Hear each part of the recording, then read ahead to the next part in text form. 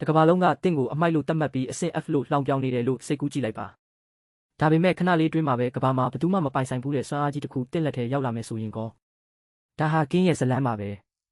သူ့ရီစားဟောင်းကချမ်းသာတဲ့ကောင်လေးတစ်ယောက်အတွက်သူ့ကိုစွန့်ပစ်သွားခဲ့တာပေါ့ဒါပေမဲ့သူတို့မသိတာတစ်ခုကသူတို့အမိုက်လို့တတ်မှတ်ထားတဲ့သူဟာအနေရရှိဆုံးအဆင့် SSS စွမ်းရည်ကိုပိုင်ဆိုင်ထားသူဖြစ်နေတာပါပဲ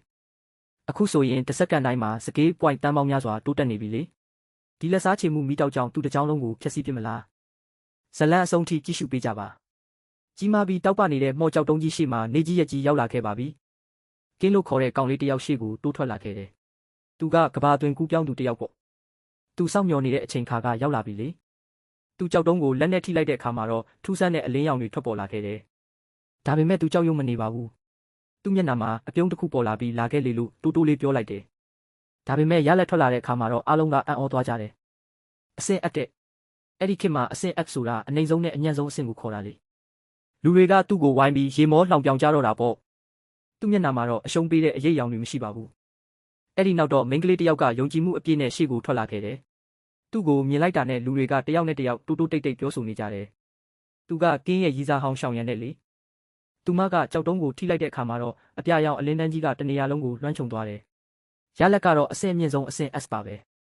ကျောင်းသားတွေအားလုံးကဝမ်းသာအားရအော်ဟစ်နေကြတယ်အဲ့ဒီအချိန်မှာပဲရှောင်ရံကကင်းစီကိုရှောက်လာခဲ့တယ်သူမကကင်းကိုငုံကြည့်ပြီးဒီလိုပြောလိုက်တယ်ငါတို့လမ်းခွဲကြတော့မယ်ကင်းကလည်းအေးဆေးပဲတုံ့ပြန်လိုက်တယ်ငါတို့လမ်းခွဲတာကောင်းပါတယ်ဘာလို့လဲဆိုတော့အခုငါတို့ကကဘာတစ်ခုမှနေထိုင်နေကြတာမို့လို့လေအဲ့ဒီအချိန်မှာပဲချမ်းသာတဲ့ကောင်လေးရှောင်းနန်းကရောက်လာပြီးရှောင်းရံကိုပွေ့ဖက်လိုက်တယ်သူတို့နှစ်ယောက်ကကင်းကိုလှောင်ပြောင်ပြီးအဲ့ဒီနေရာကနေထွက်ခွာသွားကြတယ်ရှောင်းရံကရှောင်းနန်းရဲ့လက်ကိုတွဲပြီးသူတို့နှစ်ယောက်အတူတူထွက်သွားကြတယ်သူတို့ကအခုဆိုရင်လေ့ကျင့်ရေးမော့အိတ်ဆန်အတွက်ပြင်ဆင်နေကြတာပေါ့ကျောင်းသားတွေကလည်းသူတို့နှစ်ယောက်ကိုကြည့်ပြီးတိုးတိုးတိတ်တိတ်ဝေဖန်နေကြတယ်ကြည်စံသူတို့နှစ်ယောက်အရန်ပွင့်လင်းလွန်းနေတာပဲတချို့ကလည်းကင်းကိုလှောင်ပြောင်နေကြတယ်ရှောင်းနန်းကအစင်းမြင့်တဲ့သူဒီကင်းဆိုတဲ့အမိုက်ကဘလို့လှုပ်ရှင်နိုင်မှာလဲဒီလိုအပြောခံရတော့ကင်းတယောက်ဒေါသထွက်လာတယ်သူ့လက်သီးကိုတင်းတင်းဆုပ်ပြီးမင်းတို့စောင့်ကြည့်နေလိုက်မကြခင်မှာပဲငါ့ကိုလှုပ်ခဲ့သမျှအတွက်ပြန်ပေးဆက်ရတော့မယ်လို့စိတ်ထဲကနေကြုံဝါလိုက်တယ်အဲ့ဒီအချိန်မှာပဲကင်းရဲ့မျက်စိရှိမှရွှေရောင်အလင်းတန်းတွေနဲ့စာသားတစ်ခုပေါ်လာခဲ့တယ်အဆင့် SSS ရှိတဲ့ Infinite Law Document စွမ်းရည်ပါပဲသူ့ရဲ့စွမ်းရည်ကတစ်စက္ကန့်တိုင်းမှာစကေး point 100ကိုအလိုလျောက်ပေးစွမ်းနိုင်တယ်ဒါကဒီကဘာမှာဘယ်သူမှမရဘူးတဲ့စွမ်းအားတစ်ခုပေါ့ရှောင်းရံတို့ရေမင်းတို့ငါ့ကိုလှုပ်ခဲ့သမျှအတွက်အခုပြန်ပေးဆက်ရတော့မယ်သူ့ရဲ့ Fireball အစွမ်းရည်ကိုအဆင့်မြင့်တင်ဖို့ဆုံးဖြတ်လိုက်တယ်အခုဆိုရင်စကေး point 8000ကျော်စုမိနေပြီလေသူကအဲ့ဒီ point တွေကို Fireball SC ကိုအကုန်ပုံပေးလိုက်တယ်အဆင့်တွေတရားဆက်တိုးတက်လာခဲ့တယ် Fireball ကအဆင့်80တက်အထိရောက်သွားခဲ့ပါပြီဒါဟာတာမန် Fireball ထက်80တဆအစွမ်းထက်သွားတာပေါ့အဲ့ဒီနောက်တော့သူတန်ချန်ထဲကိုဝင်ရောက်လာခဲ့တယ်အတွင်းထဲမှာတော့လူအချို့ကဝက်ဝက်နဲ့ကြီးတစ်ကောင်နဲ့ရင်ဆိုင်နေရတယ်အဲ့ဒီကောင်ကတော်တော်လေးအစွမ်းထက်ပုံရတယ်သူတို့ရဲ့တိုက်ခိုက်မှုတွေကဘာမှမဖြစ်သွားဘူးအဲ့ဒီအချိန်မှာပဲအပြာရောင်အလင်းတန်းတစ်ခုဖြတ်တန်းလာတယ်သူကသူ့ရဲကောင်းတစ်ယောက်လိုပုံစံနဲ့အထဲကိုဝင်ရောက်လာခဲ့ပါပြီကျွန်တော်ရဲ့မျက်လုံးတွေကနေထူးခြားတဲ့အပြာရောင်အလင်းတန်းတွေထွက်ပေါ်လာခဲ့တယ်ရှေ့မှာရှိတဲ့အေယာမဘီလူကြီးကိုမြင်လိုက်ရပေမဲ့ကျွန်တော်စိတ်ထဲမှာကြောက်ရွံ့မှုဆိုတာလုံးဝမရှိခဲ့ပါဘူးကျွန်တော်ကရှေ့တက်တက်မှာရက်လိုက်ပြီးစဉ်းစားမိတယ်ဒါတကယ်ပဲအစင်းမြင့်ဘလက်ပလန်ဘီလူဟုတ်ရဲ့လားအခုတော့ကျွန်တော်ရဲ့စစ်မှန်တဲ့စွမ်းအားကိုအစွမ်းကုန်ထုတ်သုံးပြဖို့အချိန်တန်ပြီကျွန်တော်စွမ်းအင်တွေကိုတနေရာထဲမှာစုစည်းလိုက်တယ်ဒါပေမဲ့ဒီ Fireball ရဲ့စွမ်းအင်ကကျွန်တော်ထင်ထားတာထက်တောင်ပိုပြီးကြီးမားနေခဲ့တယ်ဒါကိုထိန်းချုပ်ဖို့ကြိုးစားရတာတော်တော်လေးခက်ခဲတယ်ကျွန်တော်လက်တွေတောင်တုံရင်လာခဲ့တယ်အဲ့ဒီအချိန်မှာပဲကွင်းထဲကလူတွေကကျွန်တော်ကိုကြည့်ပြီးကျေလောင်စွာရေမောနေကြတယ်တယောက်ကဒါကတိုက်ရိုက်ပစ်တာတော့မဟုတ်ဘူးလို့လောင်ပြောင်လိုက်တယ်နောက်တစ်ယောက်ကလည်းဟုတ်တယ်သူကနံပါတ်1အရှုံးသမားပဲလို့ပြောလိုက်ကြတယ်သူတို့အားလုံးကကျွန်တော်ဒီ mock အိတ်ဆန်စာမေးပွဲမှာကြာရှုံးမှာတေချာတယ်လို့ထင်နေကြတာဒါပေမဲ့သူတို့မသိတာတခုကဂိမ်းကအခုမှစတင်တာပါကျွန်တော်မျက်လုံးတွေကိုမှိတ်လိုက်တယ်ကျွန်တော်ရဲ့အာယုံစူးစိုက်မှုအပြည့်နဲ့စွမ်းအားသစ်တွေကိုစတင်ဖော်ထုတ်လိုက်တယ်နောက်တစ်ခဏမှာပဲကွင်းလယ်မှာနေလုံးကြီးလိုကြီးမားတဲ့ Fireball တစ်ခုဖြစ်ပေါ်လာခဲ့တယ်ဒါကိုမြင်လိုက်ရတဲ့အခါလူတိုင်းအံ့အားသင့်သွားကြတယ်ကျွန်တော်ရဲ့ဒီစွမ်းအားရှိမှတော့ရှေ့ကဘီလူကြီးကဘာမှမဟုတ်တော့ဘူးစွမ်းအင်တွေပောက်ကွဲထွက်သွားတဲ့အချိန်မှာအလင်းရောင်တွေနဲ့အတူတနေရာလုံးတောက်ပသွားခဲ့တယ်ရေမောနေခဲ့တဲ့လူတွေလည်းအတန်တိတ်သွားကြတော့တယ်အားလုံးအဆင်ပြေသွားလို့ကံကောင်းတာပေါ့ဒါပေမဲ့အမှန်တိုင်းပြောရရင်ဒါကကျွန်တော်ရဲ့ Fireball အဆင့်နဲ့ပဲရှိပါသေးတယ်ကျွန်တော်မှာကြိုတင်ပြင်ဆင်ထားတဲ့အစီအစဉ်တွေအများကြီးရှိသေးတာကိုဒါကြောင့်လဲကျွန်တော်လုံးဝမကြောက်ခဲ့တာပောက်ကွဲမှုအပြီးမှာတော့ရှေ့မှာထိုင်နေတဲ့ကောင်လေးနှစ်ယောက်ရဲ့အခြေအနေကကြည်ကောင်းနေတယ်သူတို့ရဲ့မျက်နှာတွေကအမဲဆက်တွေဖြစ်ကုန်ပြီးသပင်တွေထောင်ထနေကအဝတ်အစားတွေတောင်ပေါက်ပြဲကုန်ပြီးတယောက်ကတုံတုံယူယူနဲ့တာဘာဖြစ်သွားတာလဲလို့မေးလိုက်တယ် သူတို့ဘာမှနားမလည်နိုင်ဖြစ်နေကြတာပေါ့ကျွန်တော်မှဒီလောက်အစွမ်းထက်တဲ့စွမ်းအားတွေရှိနေမယ်လို့သူတို့ဘယ်တော့မှမတွေးမိခဲ့ကြဘူးပောက်ကွဲမှုတွေငြိမ်ကျသွားတဲ့အချိန်မှာပဲကြီးမားတဲ့ပေါ်တဲ့တစ်ခုပွင့်လာတယ်ဒါကိုကြည့်ပြီးဒီမော့အိတ်ဆန်ကတကယ်ပဲလွယ်လွန်းနေတာလားလို့တွေးမိတယ်ဘာစိန်ခေါ်မှုမှမရှိခဲ့ဘူးဒါပေမဲ့ကျွန်တော်ရှေ့ကိုဆက်တိုးသွားတဲ့အခါကွင်းတစ်ခုလုံးတုန်ခါသွားခဲ့တယ်မြေကြီးတွေပေါက်ထွက်လာပြီးကြီးမားတဲ့အမြစ်တွေထွက်ပေါ်လာတယ်တနေရာလုံးပျက်စီးသွားပြီးအဲ့ဒီထဲကနေကြောက်စရာကောင်းတဲ့ဘလူးကြီးတစ်ကောင်ထွက်လာတယ်သူ့ရဲ့မျက်လုံးတွေကတွေးလို့หนีရဲနေတယ်အဲ့ဒီကြောက်စရာကောင်းတဲ့အကြည့်တွေကိုမြင်လိုက်ရပေမဲ့ကျွန်တော်ကတော့ဘာမှမဖြစ်ခဲ့ဘူးဒီကောင်ကဒီအထက်ရဲ့ boss ဟုတ်ရဲ့လားကြောက်မဲ့အစားကျွန်တော်စိတ်ထဲမှာတခြားအစီအစဉ်တွေရှိနေတယ်ကျွန်တော်ချက်ချင်းပဲစနစ်ကိုဖွင့်လိုက်တယ်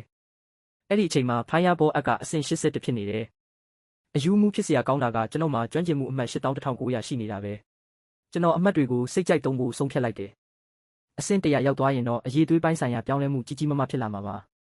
အခုအဆင့်80နောက်ပိုင်းမှာတော့အဆင့်တက်ဖို့ကျွမ်းကျင်မှုအမှတ်1000လိုအပ်တယ်တခြားသူတွေအတွက်ဆိုရင်ဒါဟာမဖြစ်နိုင်တဲ့ကိစ္စပဲမဲ့ကျွန်တော်အတွက်တော့အမှတ်တွေကပေါများနေတာလေ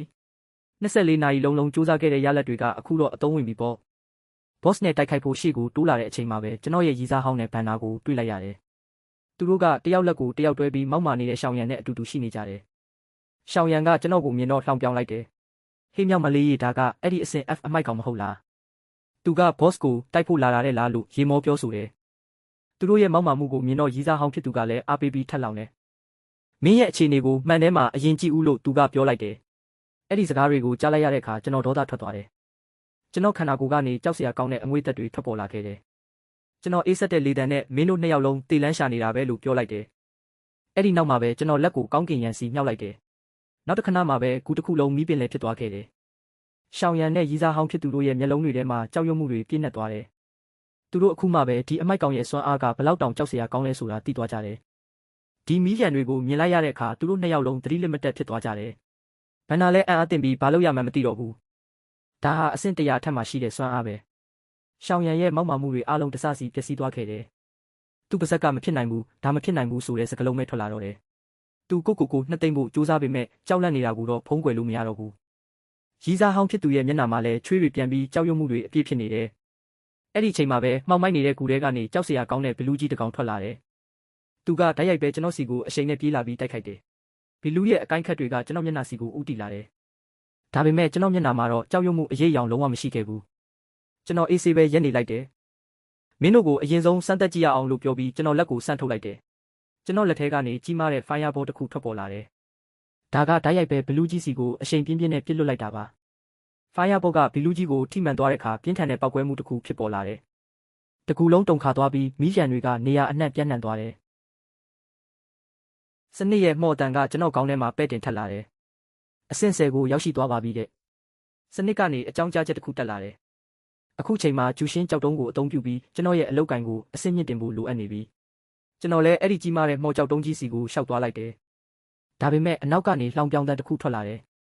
ကျောင်းကနေထုတ်ပယ်ခံထားရတဲ့ကောင်ကဘာလာလောက်တာလဲပေါ့ရှာဘာယန်ဆိုတဲ့တယောက်ကတော့ရေမောပြီးလှောင်ပြောင်နေတယ်ဒီဒန်းချမ်းကိုဖျက်ဆီးခဲ့တဲ့အတွက်ရော်ကြီးပေးရရင်တစ်တလုံးပေးဆက်ရလိမ့်မယ်လို့သူကကျင်းသွားတယ်သူကကျွန်တော်ကိုဒီနေရာကနေထွက်သွားဖို့မောင်းထုတ်တယ်မင်းလိုအဆင့် F အမိုက်ကအဆင့် SSS ရမယ်များထင်နေလားလို့သူကမေးခွန်းထုတ်တယ်ဒါပေမဲ့ကျွန်တော်ကတော့ဘာကူမှဂယုမဆိုင်ပဲကြောက်တုံးပေါ်လက်တင်လိုက်တယ်လက်တင်လိုက်တာနဲ့တပြိုင်နက်ပြင်းထန်တဲ့ပောက်ကွဲမှုကြီးဖြစ်လာတယ်ရွှေရောင်အလင်းနှန်းတွေကကောင်းကင်ရန်အထိထိုးတက်သွားတယ်ကောင်းကင်မှာလျှက်စီးတွေလက်ပြီးတစ်ကမ္ဘာလုံးတုန်ခါသွားသလိုပါပဲအဲ့ဒီအချိန်မှာပဲမီးတောင်တွေပောက်ကွဲနေတဲ့ဒန်းချမ်းတစ်ခုစီမြင်ကွင်းကရောက်သွားတယ်အဲ့ဒီမှာအနီရောင်စပင်နဲ့အမျိုးသမီးစစ်တီတယောက်ရှိနေတယ်သူမကရှာနီဝန်ဒန်းချမ်းတိုက်ပွဲအတွက်လူအင်အားလိုအပ်နေတာပါအဲ့ဒီအချိန်မှာပဲအဝေးကကောင်းကင်ရံမှာတောက်ပနေတဲ့ရွှေရောင်လင်းတန်းကိုသူမမြင်လိုက်ရတယ်အဲ့ဒီအလင်းတန်းကိုကြည့်ပြီးသူမအံ့ဩသွားတယ်ငါကိုယ်တိုင်တော့အဆင့် S ပဲရှိတာဒါကဘသူရဲ့အရေးချင်းလဲလို့သူမတွေးမိတယ်သူမကသူမရဲ့လက်ကိုဝေယမ်းလိုက်တဲ့အခါမိတောက်တွေကြားထဲကနေကြီးမားတဲ့ဖီနစ်ငှက်ကြီးထွက်ပေါ်လာတယ်သူမကဖီနစ်ငှက်ရဲ့ကြောပေါ်ကိုခုန်တက်လိုက်တယ်မုတ်ရှူမင်းဆက်လေးကျင့်နေခဲ့လိုက်ဦးလို့မှာကြားလိုက်တယ်ဖီနစ်ငှက်ကြီးကမိတောက်တွေနဲ့အတူကောင်းကင်ရံစီကိုအရှိန်ဟုန်နဲ့ပြန်တန်းသွားတော့တယ်မြေပြင်ပေါ်မှာတော့ကြောက်အုပ်ကြီးကချွေးတွေပြန်ပြီးထိတ်လန့်နေတယ်ဒါအဆင့် SSS အလုတ်ကင်အဆင့်မြင့်တင်မှုပဲဒါဘလို့လုပ်ဖြစ်နိုင်မှာလဲလို့သူအော်ဟစ်တယ်သူကဘလို့ပဲဖြစ်ဖြစ်ကင်းကိုဒီเจ้าမှာပဲဆက်ရှိနေအောင်လုပ်ရမယ်လို့ဆုံးဖြတ်လိုက်တယ်သူတို့ကအံ့ဩရကြီးဖြစ်နေကြတယ်အဆင့် F အမိုက်ကအဆင့်10ကိုရောက်သွားတာမဖြစ်နိုင်ဘူးလို့သူတို့ယုံကြည်ရခက်နေတယ်ရှာဘာယန်ကတော့ဒေါသထွက်ပြီးသွားတွေကိုကြိတ်နေတယ်သူကကန်ကောင်းလို့သာအဆင့် SSS ရသွားတာလို့သူကအော်ပြောလိုက်တယ် အဲ့ဒီအချိန်မှာပဲစနစ်ကနေအကြောင်းကြားချက်ထပ်တက်လာတယ်ဂုံပြူပါတဲ့အဆင့် SSS စွမ်းရည်ကဝမ်လင်ပြန်ကျဲကကိုရရှိသွားပါပြီတဲ့ကောင်းကင်ယံမှာခရမ်းရောင်တကားပေါက်ကြီးပွင့်လာတယ်အဲ့ဒီထဲကနေအယိုးစုတက်မတော်ကြီးထွက်ပေါ်လာတာကိုမြင်လိုက်ရတဲ့သူတိုင်းကြက်တိထသွားတယ်ကျွန်တော်ကတော့ဂုံယူဝင်းကြွားစွာနဲ့ပြုံးလိုက်တယ်ဒီဝမ်လင်ပြန်ကျဲဆိုတာမတည်နိုင်တဲ့စစ်တေတွေရဲ့တက်မတော်ပဲလို့ကျွန်တော်ပြောလိုက်တယ်ကျောင်းအုပ်ကြီးကရှေ့ကိုတိုးလာပြီးကျွန်တော်ကိုစကားပြောတယ်မင်းရဲ့အလောက်ကိုင်အစစ်မြင့်တင်မှုကကောင်းပါတယ်ဒါပေမဲ့မင်းဒီကျောင်းမှာပဲဆက်နေတင်တယ်လို့သူကတိုက်တွန်းတယ်ကျွန်တော်ကတော့လက်နှစ်ဖက်ကိုပခုံးပေါ်တင်ပြီးရေမောလိုက်တယ်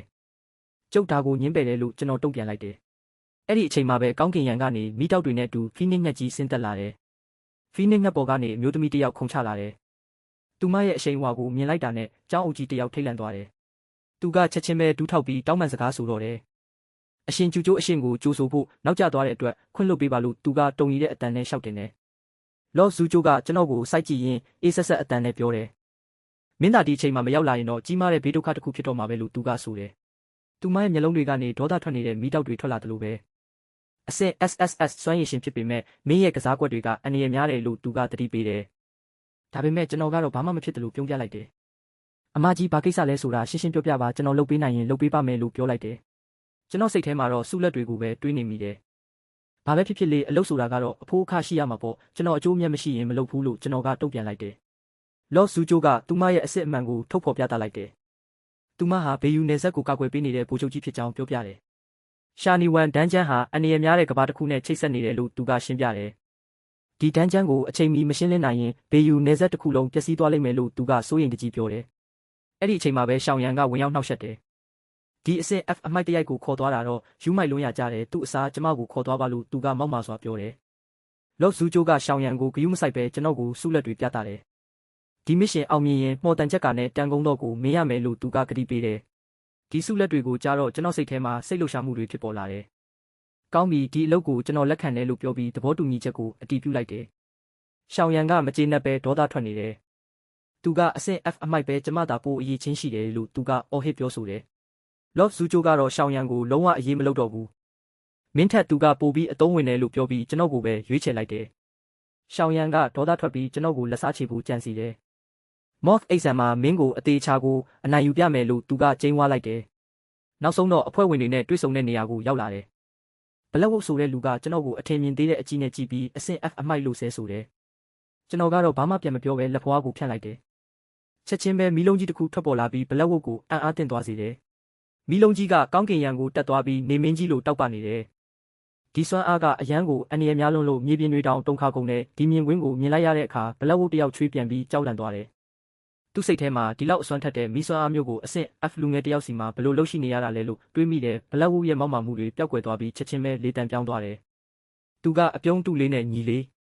နောက်နေတာမလားလို့မေးလိုက်တယ်ဒီလိုစွမ်းအားမျိုးကိုမြင်လိုက်ရတဲ့အခါဘလက်ဝုတ်တင်မကပဲဘေးမှာရှိတဲ့ကောင်မလေးပါအံ့ဩမြင်သက်သွားတယ်စီကာလို့ခေါ်တဲ့ကောင်မလေးကမျက်လုံးကိုမှိတ်လိုက်ပြီးပြန်ဖွင့်ကြည့်တယ်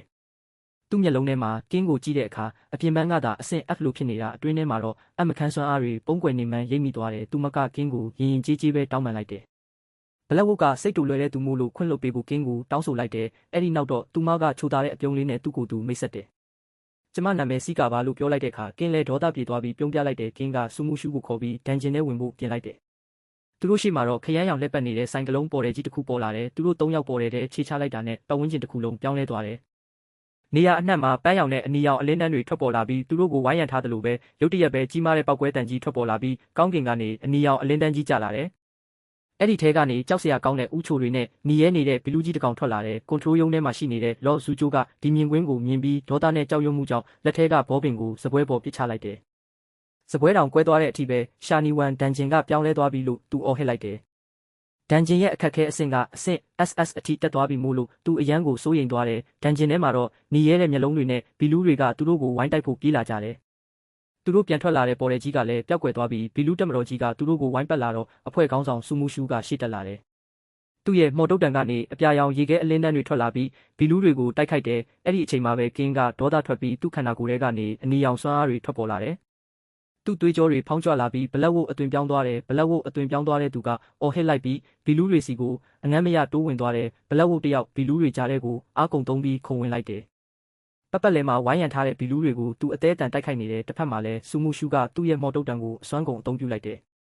အပြာရောင်အလင်းတန်းတွေထွက်ပေါ်လာပြီးရေခဲပုံဆောင်ခဲတွေကဘီလူးတွေကိုရိုက်ခတ်သွားတယ်ရေခဲများတွေကဘီလူးတွေရဲ့ရင်ဘတ်ကိုတက်တက်ထိမှန်ပြီးနောက်ကိုလွင့်စင်သွားစေတယ်ဒါပေမဲ့ဘီလူးတွေကအရေးအတွက်များလုံးတော့တိုက်ပွဲကမပြီးဆုံးနိုင်ဘူးဖုံဖုံတွေပြန်လည်ငြိမ်သက်သွားတဲ့အခါဘီလူးတွေရုပ်မသွားတာကိုမြင်လိုက်ရတယ်အမောင်ထုတဲကနေဘီလူးတွေကစက်တိုက်ထွက်လာနေတော့မဲ့ဘလက်ဝူတယောက်ဒေါသထွက်ပြီးအော်ဟစ်လိုက်တယ်ဒီလောက်များပြားလာတဲ့ဘီလူးတွေကိုသူတယောက်တည်းဆက်ပြီးမတားဆီးနိုင်တော့ဘူးဆူမူရှူကနောက်ဆုံးကြံရှိတဲ့စွမ်းအားတွေကိုစူးစီးပြီးရေခဲတိုင်းတစ်ခုကိုဖန်တီးလိုက်တယ်ဒါပေမဲ့ဘီလူးတွေရဲ့တိုက်ခိုက်မှုကပြင်းထန်လွန်းလို့ဒိုင်းကအစိတ်စိတ်မော်ကွဲအပ်သွားတယ်ဆူမူရှူတယောက်ဒဏ်ရာတွေနဲ့မြေပြင်ပေါ်ပုံလျက်သားလဲကျသွားတယ်သူမကင်းရဲ့ကြောပြင်ကိုကြည့်ပြီးဒီကနေထွက်ပြေးပါတော့လို့တောင်းပန်လိုက်တယ်ကင်းကတော့လုံးဝကြောက်ရွံ့မှုမရှိဘူးသူ့ရဲ့စနစ် interface ကိုဖွင့်ပြီးစွမ်းရည်အမှတ်တွေကိုအကုန်သုံးလိုက်တဲ့အဆင့်300ကျော်သွားတဲ့အခါရွှေရောင်စွမ်းအားတွေပောက်ကွဲထွက်လာပြီးဒန်ဂျင်တစ်ခုလုံးတုန်ခါသွားတယ်သူ့မျက်လုံးထဲမှာအပြာရောင်အလင်းတန်းတွေလင်းလက်လာပြီးအနေရရှိဆုံးစွမ်းရည်ကိုစတင်လိုက်တယ်ကင်းရဲ့မျက်နှာမှာကြောက်ရွံ့ခြင်းအရေးရောင်လုံးဝမရှိပါဘူးသူက SS အဆင့်ရှိတဲ့တေသူတွေကိုစင့်ခေါ်ဖို့ပေါ်တယ်တွေကိုချက်ချင်းပဲဖွင့်လိုက်တယ်ပေါ်တယ်တွေကနေထွက်လာတဲ့စွမ်းအားတွေကအရန်ကိုပြင်းထန်လွန်ပြီးပတ်ဝန်းကျင်ကိုတုန်ခါသွားစေတယ်ဒီမြင်ကွင်းကိုမြင်လိုက်ရတဲ့အခါဆူမူရှူနဲ့ဘလက်ဝုတ်တို့နှစ်ယောက်လုံးအံ့အားသင့်ပြီးပါဇက်အဟောင်းသားဖြစ်သွားကြတယ်ပေါ်တယ်တဲကနေအယိုးစုစစ်တီတွေတန်းစီပြီးထွက်လာကြတယ်ဒါတွေကတာမန်စစ်တီတွေမဟုတ်ဘူးတေချင်းတရားရဲ့တက်မတော်ကြီးတစ်ခုလုံးကိုကင်းစင်ခေါ်လိုက်တာပါကင်းကတော့အေးဆက်တဲ့အကြည့်တွေနဲ့အားလုံးကိုရှင်းပစ်လိုက်လို့အမိန့်ပေးလိုက်တယ်ချက်ချင်းပဲစစ်တီတွေကဓားတွေကိုဆွဲထုတ်ပြီးတိုက်ပွဲတွေကိုခုံဝင်သွားကြတယ်သူတို့တွေရဲ့တိုက်ခိုက်မှုကပြင်းထန်လွန်းလို့ရန်သူတွေတောင်ဘာမှပြန်မလုပ်နိုင်တော့ပဲအပိုင်းပိုင်းပြတ်ထွက်ကုန်တယ်တိုက်ပွဲဖြစ်နေတော့မှပဲစနစ်ကနေအကြောင်းကြားစာတစ်ခုတက်လာတယ်ဂုံယူပါတဲ့တင်အဆင့်18ကိုရောက်ရှိသွားပါပြီတဲ့ဒီသတင်းကြောင့်ကင်းရဲ့စိတ်ထဲမှာပိုပြီးယုံကြည်မှုတွေတိုးပွားလာပြီးအောင်ပွဲခံဖို့ပြင်ဆင်နေတယ်မော့အိတ်ဆန်မှာထိတ်ဆုံး3ယောက်ထဲပါအောင်စူးစမ်းပြီးအထူးလေ့ကျင့်ရေးစခန်းကိုတွားဖို့သူစိတ်ကူးထားတယ်ငါရှိမှဘယ်သူမှမရက်တည်နိုင်ဘူးလို့သူကစိန်ခေါ်လိုက်တယ်အဆင့်20ရောက်ရင်ဒုတိယအလုပ်ကိုင်အဆင့်မြင့်တင်ဖို့သူပြင်ဆင်နေပြီမို့လို့စိတ်လှုပ်ရှားနေမိတယ်ရုတ်တရက်ပဲလေထူးကပြောင်းလဲသွားတယ်မိခိုးမွေးတွေကြားကနေကြောက်စရာကောင်းတဲ့အရေးကြီးတစ်ခုထွက်ပေါ်လာပြီးရှန်ဝမ်ဘော့စ်ရောက်လာပါပြီသူတို့ရဲ့အနေရကအခုမှစတင်တော့တာပါဘလက်ဝုတ်ကဒီရှန်ဝမ်ဘော့စ်ရဲ့စွမ်းအားကိုတိနေလို့တုံ့လောက်သွားတယ်ဒါ SS အဆင့်ပဲငါတို့အားလုံးတည်တော့မှာပဲလို့သူအော်ဟစ်လိုက်တယ်ဒီ boss ရဲ့စွမ်းအားကအရင်ရန်သူတွေနဲ့လုံးဝမတူဘူးဆိုတာသူတို့သိလိုက်ရတယ်ဆူမူရှူကကင်းရဲ့လက်ကိုဆွဲပြီးကျမစကားနားထောင်ပါအခုချက်ချင်းထွက်ပြေးကြရအောင်လို့တောင်းပန်လိုက်တယ်အခုလိုဆက်နေရင်အသက်ဆုံးရှုံးရလိမ့်မယ်လို့သူတို့နှစ်ယောက်လုံးတညီတညွတ်ထဲပြောလိုက်ကြတယ်သူတို့ရဲ့ကြောက်ရွံ့မှုတွေကအထွတ်ထိပ်ကိုရောက်နေပါပြီကင်းကအယိုးစုပုံကြီးတွေကြားမှာရက်နေရင်တေမင်းကိုစိန်ခေါ်နေတယ်လို့ပါပဲသူကကြောက်ရွံ့ခြင်းမရှိပဲအေးဆေးတည်ငြိမ်စွာနဲ့ပဲသူ့ရဲ့ရန်သူတွေကိုကြည့်လိုက်တယ်ဒီအယိုးစုစစ်တီတွေလောက်နဲ့တော့ငါ့ကိုနိုင်ဖို့မဖြစ်နိုင်ဘူးလို့သူကတူတူလေးပြောလိုက်တယ်ဒီ boss ရဲ့အစွမ်းကတကယ်ကိုကြောက်ဖို့ကောင်းတာမို့ကင်းကအလေးနဲ့ထားဖို့ဆုံးဖြတ်လိုက်တယ်ရုတ်တရက်ပဲကင်းရဲ့ပတ်ဝန်းကျင်မှာတွေးရောင်အလင်းတိုင်ကြီးတွေကောင်းကင်ကိုထိုးတက်သွားတယ်အဲ့ဒီနောက်မှာတော့မိုးတိမ်ကြီးတွေဖုံးလွှမ်းလာပြီးကင်းကသူ့လက်နှစ်ဖက်ကိုဆန့်ထုတ်လိုက်တယ်နိုးထကြဆန်းလို့သူအော်ဟစ်လိုက်တဲ့အခါမှာတော့ကဘာကြီးတစ်ခုလုံးတုန်ခါသွားတယ်လို့ပါပဲသူ့ရဲ့စစ်တပ်ကြီးကပေါ်ထွက်လာပြီးကင်းကအဲ့ဒီစစ်တပ်ရဲ့အရှင်သခင်အဖြစ်နဲ့ရက်တည်နေတဲ့ကောင်းကင်ကြီးကတွေးရောင်လွှမ်းသွားပြီးရေခဲအယိုးစုငကားကြီးတစ်ကောင်မြေပြင်ပေါ်ကိုဆင်းသက်လာတယ်သူ့နောက်မှာတော့ကြောက်မက်ဖွယ်ကောင်းတဲ့အယိုးစုဘရင်တွေပါတပါးတည်းပါလာတယ်ငါရဲ့အမိန့်ကိုနာခံကြအဲ့ဒီဘေးနာကရန်သူတွေကိုအကုန်ရှင်းပစ်လိုက်လို့ကင်းကအေးဆက်တဲ့အတန်နဲ့အမိန့်ပေးလိုက်တယ်အယိုးစုငကားကြီးကအော်ဟစ်လိုက်ပြီးရန်သူတွေကိုတခဏချင်းမှာပဲပြာကျသွားအောင်လုပ်လိုက်တယ်ဒီတိုက်ပွဲရဲ့အရှိန်ဝါကမန်နက်ဖရင်ရဲ့နန်းတော်စီအထိရောက်သွားတယ်မန်နက်ဖရင်ကအရန်ကိုဒေါသထွက်ပြီးလူသားတွေထဲမှာဒီလောက်အစွမ်းထက်တဲ့သူမျိုးထပ်ပေါ်လာပြန်ပြီလားလို့အော်ဟစ်လိုက်တယ်သူကချက်ချင်းပဲကင်းကိုလှုပ်ကြံမှုစည်ရင်းနဲ့ထည့်လိုက်ဖို့အမိန့်ပေးလိုက်တဲ့ခရမ်းရောင်ပေါ်တဲ့တကားကြီးပွင့်လာပြီးကင်းတို့အဖွဲ့ပြန်ရောက်လာတယ်လော့ဆူဂျိုးကသူတို့ပြန်ရောက်လာတာကိုမြင်တော့ဝမ်းသာအားရဖြစ်သွားတယ်ကောင်းလိုက်တာအားလုံးအန်ရကင်းကင်းနဲ့ပြန်ရောက်လာကြပြီလို့သူကဆိုတယ်အဲ့ဒီနောက်မှာတော့လော့ဆူဂျိုးကကင်းကိုတီယန်ကုန်းတာဝါကိုတွားဖို့ခွင့်ပြုချက်လက်မှတ်နဲ့အလုပ်ကိုင်အစင်းမြင့်တင်ဖို့တိုကင်တစ်ခုပေးလိုက်တယ်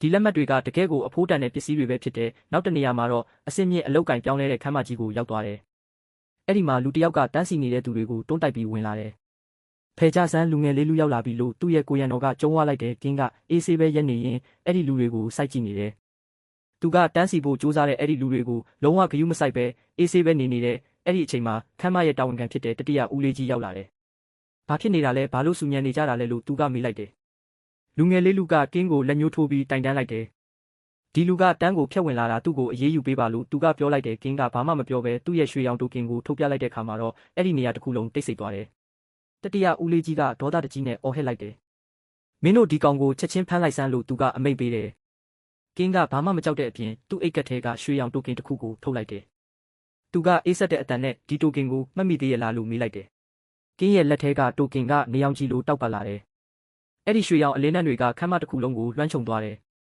တတိယဦးလေးကြီးကအဲ့ဒါကိုမြင်တော့ခြေထောက်တွေတုန်ရင်သွားတယ်သူတို့ရဲ့မျက်လုံးထဲမှာကြောက်ရွံ့မှုတွေအပြည့်ဖြစ်သွားတယ်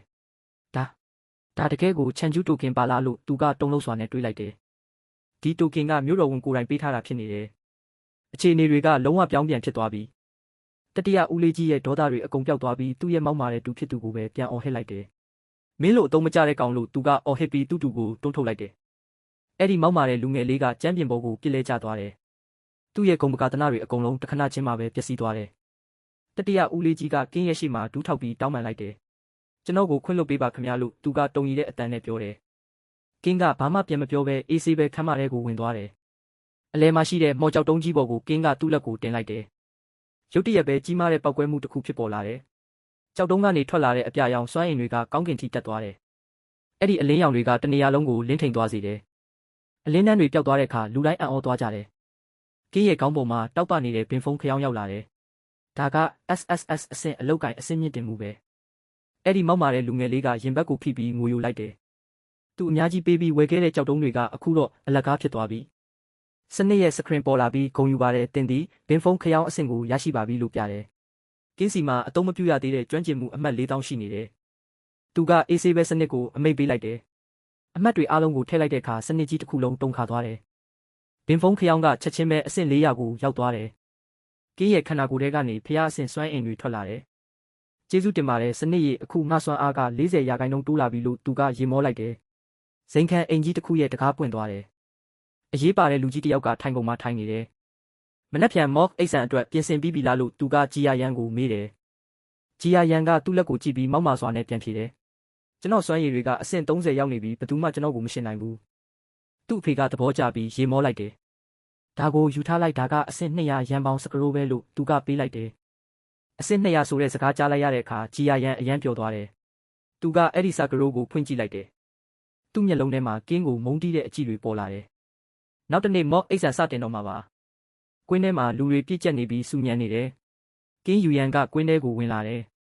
ဝါယာကဂျီယာယန်ကိုတွဲကပ်ပြီးအကိုဂျီယာယန်အကိုကတကယ်တော်တာပဲလို့ချီးကျူးတယ်အဲ့ဒီအမိုက်ကင်းကအကိုရှုဖက်နှက်ရှာနဲ့လှက်ပေးဖို့တောင်မထိုက်တန်ဘူးလို့ဝါယာကပြောတယ်ကျောင်းအုပ်ကြီးကကင်းကိုမြင်တော့မျက်နှာညီရဲလာတယ်ကင်းယူယန်မင်းဒီကိုဘာလာလောက်တာလဲလို့သူကအော်ဟစ်တယ်မင်းကိုကြောင်းထုတ်ထားတာလေဒီမှာနေရာမရှိဘူးလို့သူကထပ်ပြောတယ်ကင်းကတိုကင်တစ်ခုကိုလေထဲပစ်လိုက်တယ်ကျွန်တော်မြို့တော်ဝင်စီကအထူးခွင့်ပြုချက်ရထားတယ်လို့သူကအေးဆေးပဲပြောတယ်မြို့တော်ဝင်ရဲ့တိုကင်ကိုမြင်တော့ကျောင်းအုပ်ကြီးတုံးလောက်သွားတယ်မင်းကလူကြီးတွေကိုဘယ်လိုစကားပြောရမလဲမသိဘူးလားလို့သူကဒေါသကြီးပြောတယ်အဲ့ဒီအချိန်မှာခြေတံပြင်းပြင်းတွေကြားလိုက်ရတယ်